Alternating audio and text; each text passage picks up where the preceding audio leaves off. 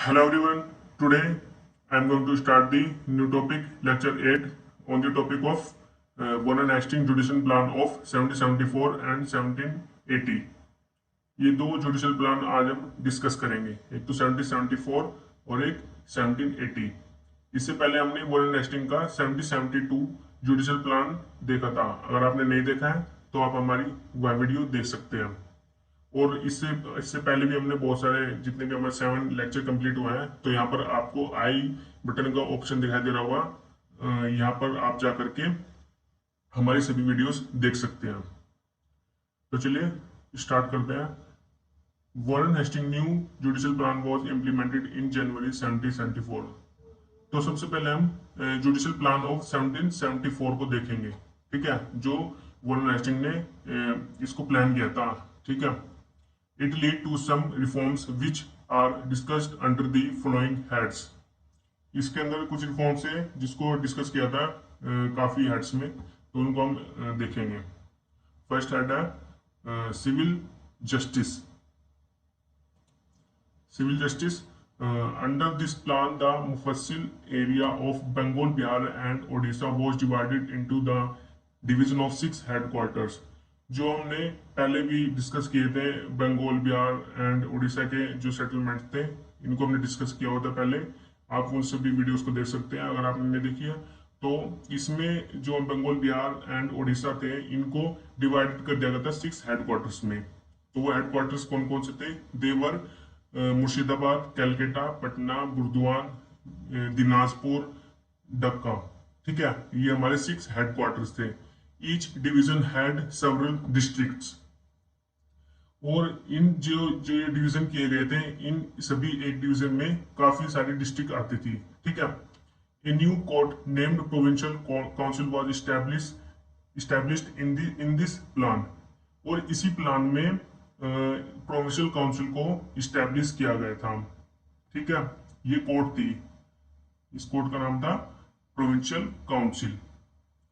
In main function was to collect the revenue. इसका main जो purpose था, इसका मेन फंक्शन था रिवेन्यू को कलेक्ट करना।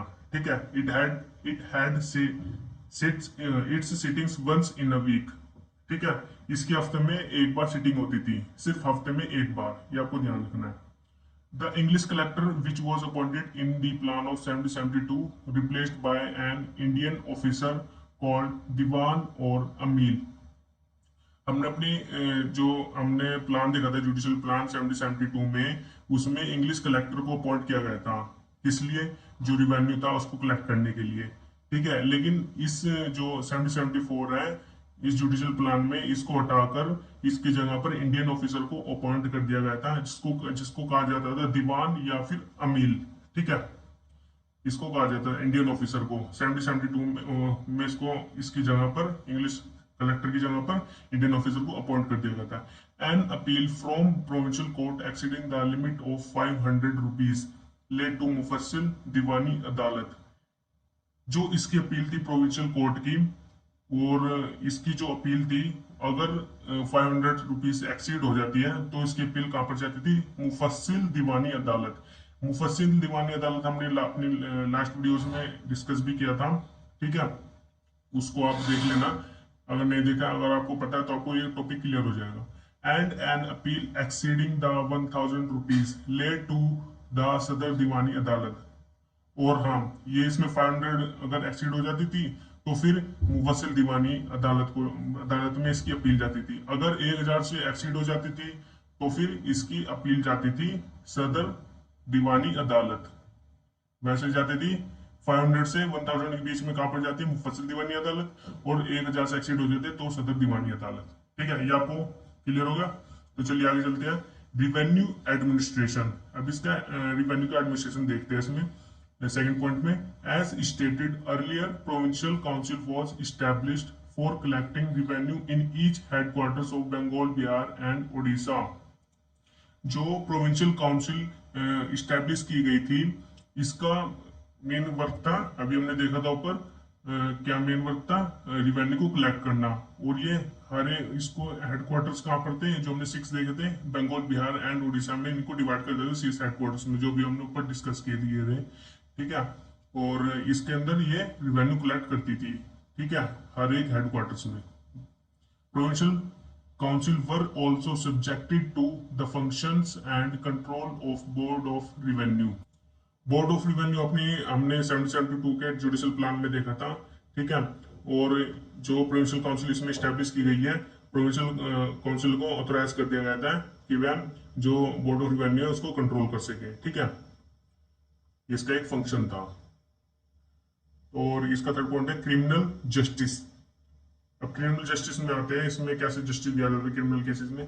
The Sadar Faujdari Adalat was shifted from Calcutta to Murshidabad. हमने 1772 में जो हमारा जुडिशल प्लान था उसमें हमने क्या देखा था, जुडिशल प्लान में जो हमारी सदर फौजदारी अदालत थी उसको स्टैब्लिश किया गया था। और इसका यह सिर्फ क्रिमिनल केसेस को देखती थी, ठीक है। ये कहाँ पर थी, कलकत्ता में। लेकिन इसको इस प्लान में आने के बाद इसको कलकत्ता से मुर्शिदाबाद में ट्रांसफर कर दिया गया था, ठीक है, सदर फौजदारी अदालत को इस जुडिशल प्लान में, ठीक है। A new officer was appointed as Naib Nizam. और इसमें एक नया ऑफिसर अपॉइंट किया गया था जिसका नाम था नायब नायब निजाम। लेकिन ये एक डेजिग्नेटेड नेम था, ठीक है। ये किसी जो अपॉइंट किया गया था उसका नाम नहीं था, एक डेजिग्नेटेड नेम था, ये आपको ध्यान रखना है। Who had to put control over Sadar Faujdari अदालत। यह कंट्रोल करता था किसको, जिसको अपॉइंट किया गया था नायब निजाम, इसको अपॉइंट किया गया था सदर फौजदारी अदालत के लिए, जो ये कंट्रोल करता था सदर फौजदारी अदालत को। मोहम्मद रेजा खान वॉज अपॉइंटेड एज नायब। तो आपने ये मोहम्मद रेजा खान आपने पहले भी हमारी वीडियो में सुना होगा, ठीक है। अगर नहीं सुना है तो आप रिपीटेडली उनको देख सकते हैं, ठीक है। सभी वीडियोस अगर आपने देखी होगी तो आपको कोई डाउट नहीं होगा। और इसको नायब निजाम के रूप में इसको अपॉइंट किया गया था मोहम्मद रेजा खान को, ठीक है, सदर फौजदारी अदालत में, ठीक है। तो चलिए आगे चलते हैं हम। अब इसके हम critical appreciation of plan of 1774 में आते हैं। इसके मतलब कि मेरिट्स, इसके मेरिट्स क्या थे जो इसमें आए थे, जो इसकी सक्सेसफुल हुई थी, इसके बारे में देखेंगे हम। इसके मेरिट्स में इसको इस्टेब्लिश किया गया था जो प्रोविंशियल काउंसिल को, इसके मतलब कि बेस्ट फीचर रहे थे, ठीक है। तो इसको देखते हैं हम इन दोनों पॉइंट को। The establishment of provincial council was one of the best feature of this plan as it ceased of functioning of revenue collection। जो प्रोविंशियल काउंसिल इस जुडिशल प्लान में 1774 में स्टैब्लिश की गई है, इसका एक बहुत ही अच्छा फीचर रहा है, ये बहुत सक्सेसफुल रही है कि ये related to functioning of revenue collection, ठीक है। It reduced the burden of Sadar Diwani अदालत। और इसमें एक जो मेरिट आया है इस जुडिशल प्लान में, इसका जो सदर दीवानी अदालत थी जो सिविल केसेस को देखती थी, इसका बर्डन काफी ज्यादा कम हो गया था, ठीक है, प्रोविंशियल काउंसिल के आने के बाद। क्योंकि फिर आधे से आधे प्रोविंशियल काउंसिल डिस्कस करने लगी केस और आधे सदर दीवानी, जिससे इनका बर्डन कम हो गया था। एक तो इसका बहुत ही अच्छा मेरिट रहा था, मतलब कि एडवांटेज रही थी इसकी जुडिशल प्लान की। इट क्रिएटेड कॉन्फिडेंस और trust over the system of the native as now the collector was replaced by Diwan. जो हमने अभी इससे पहले डिस्कस किया था, इसको जो इंग्लिश कलेक्टर था उसकी जगह पर एक इसको अपॉइंट किया गया था, एक नेटिव को अपॉइंट किया गया था, ठीक है। और उसको किस रूप में, दीवान के रूप में अपॉइंट किया गया था। तो इससे नेटिव को काफी ज्यादा प्रॉफिट हुआ, उनमें कोई बायसनेस नहीं होती थी और वो हेल्प करता था नेटिव्स की, ठीक है। इस वजह से काफी ज्यादा अच्छा रहा और इससे नेटिव्स को काफी ज्यादा कॉन्फिडेंस होने लगा था। नेटिव्स वो होते हैं जो अपने एरिया में रहते हैं, जो इंडियंस होते थे, ठीक है, ये आप ध्यान रखना। और अब हम आते हैं Warren Hastings plan of judicial plan of 1780। अभी हमने कौन सा डिस्कस किया था, 1774। अब हम आते हैं Warren Hasting judicial plan of 1718। Warren Hasting ने 1718 में एक जुडिशल प्लान इस्टेब्लिश किया था, ठीक है। अब हम इसको देखते हैं इसके अंदर क्या फीचर रहे हैं। The main feature of judicial plan of 1780 was the separation of judicial functions from that of revenue collection। Warren Hastings ने जो 1780 में जुडिशल प्लान ये लाया था, जो जुडिशल प्लान 1780 में इसमें इसका मेन पर्पस था जो जुडिशियल फंक्शन थे और जो रिवेन्यू कलेक्शन के फंक्शन थे, जो रिवेन्यू कलेक्ट करती थी, इन दोनों के फंक्शन को अलग अलग कर दिया गया था, सेपरेट कर दिया गया था। ठीक है। The provincial council which was established in judicial plan of 1774 was divested of the judicial function and was involved only in the revenue collection and solving the cases of revenue। जो provincial council थी उसको establish किया गया था 1774 में, लेकिन इसको 1780 के जुडिशियल प्लान में इसको कैंसिल कर दिया था, डाइवेस्टेड कर दिया गया था, मतलब कि इसको छीन लिया गया था। ठीक है, ये खत्म कर दी गई थी मतलब। और द जुडिशियल फंक्शन, मतलब कि जो जुडिशियल फंक्शन था इसके, ये मतलब कि जो प्रोविंशियल काउंसिल से रिलेटेड जितने भी रिवेन्यू कलेक्शन कलेक्ट करती थी, अब जुडिशियल प्लान के अंडर में आ गई थी ये। ठीक है, और ये सॉल्विंग करने लगी थी केसेस को, रिवेन्यूज के। A new court called Provincial Court of Diwani Adalat was established in the headquarter of each 6 divisions। और थर्ड पॉइंट में बताया जा रहा है कि जो इसमें एक न्यू कोर्ट स्टैब्लिश की गई थी जिसका नाम था प्रोविंशियल कोर्ट ऑफ दीवानी अदालत। अभी हमने 1774 में क्या देखा था, प्रोविंशियल कोर्ट। ये कौन सी है, प्रोविंशियल कोर्ट ऑफ दीवानी अदालत।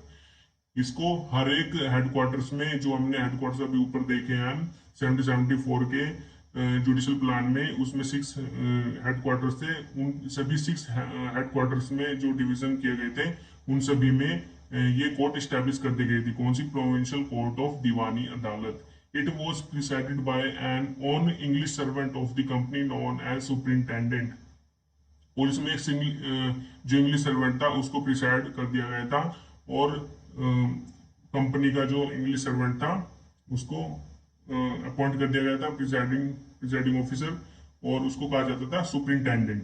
ठीक है। He was appointed by governor and council. इसको अपॉइंट किया जाता था गवर्नर एंड काउंसिल के द्वारा। ठीक है। He had its sitting thrice a week. इसकी सिटिंग होती थी थ्राइस अ वीक। ठीक है। और हमने ऊपर प्रोविंशियल कोर्ट को देखा था, उसकी सिटिंग होती थी हफ्ते में 1 बार, और इसकी होती है हफ्ते में 3 बार। ठीक है, क्लियर हो गया। लेकिन एक बार मैं आपको बता देता हूँ जो हमारी प्रोविंशियल कोर्ट थी उसकी सिटिंग कब होती थी। देखो ये प्रोविंशियल काउंसिल, इसकी सिटिंग होती थी, it had it sitting once a week, हफ्ते में 1 बार। और जो हमने अभी देखा है जो इसमें स्टैब्लिश हुई 1780 में, कौन सी थी वो, प्रोविंशियल कोर्ट ऑफ दीवानी अदालत, इसकी होती है हफ्ते में 3 बार सिटिंग। ये आपको ध्यान रखना है। ठीक है, इनमें डिफरेंस है काफी। और अब हम आगे चलते हैं, इसका 1 पैराग्राफ और रह गया, इसको भी देख लेते हैं। The appeals against the court ले टू दी सदर दीवानी अदालत। 1 मिनट, अभी हमने ये देख रहे हैं ना, ये इसी इसी थर्ड पॉइंट में आता है ये, इसी के अंदर। ठीक है, the appeals against the court ले टू द सदर दीवानी अदालत। जो इसकी जो हमने अभी देखा है प्रोविंशियल कोर्ट ऑफ दीवानी अदालत, इसकी जो अपील थी वो कहां पर जाती थी, इसके अगेंस्ट में, इस कोर्ट के अगेंस्ट में कहां पर जाती थी, सदर दीवानी अदालत। ठीक है, जिस तरह से अभी हमने ऊपर भी देखा है, सदर दीवानी अदालत के पास अपील जाती थी। For the value exceeding of 1000 rupees. अगर जो केस में जो वैल्यू है, जो इसकी वैल्यू थी वो 1000 से ऊपर जाती है, तब जाकर ये सदर दीवानी अदालत के पास इसकी अपील जाती थी। At that time sir Elijah Impey was the sole जज ऑफ सदर दीवानी अदालत।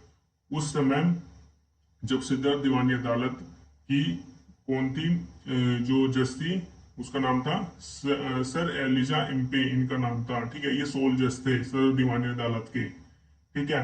ही wholeheartedly supported the judicial system. इन्होंने जो वॉरेन हेस्टिंग के जितने भी जुडिशियल सिस्टम, ये जो सिस्टम था जुडिशियल सिस्टम, इसको काफी ज्यादा सपोर्ट किया था, introduced by the plan of Warren Hastings. ठीक है, जो इंट्रोड्यूस्ड किए थे वॉरेन हेस्टिंग के द्वारा। He also sought to remove the conflict between supreme council and supreme court.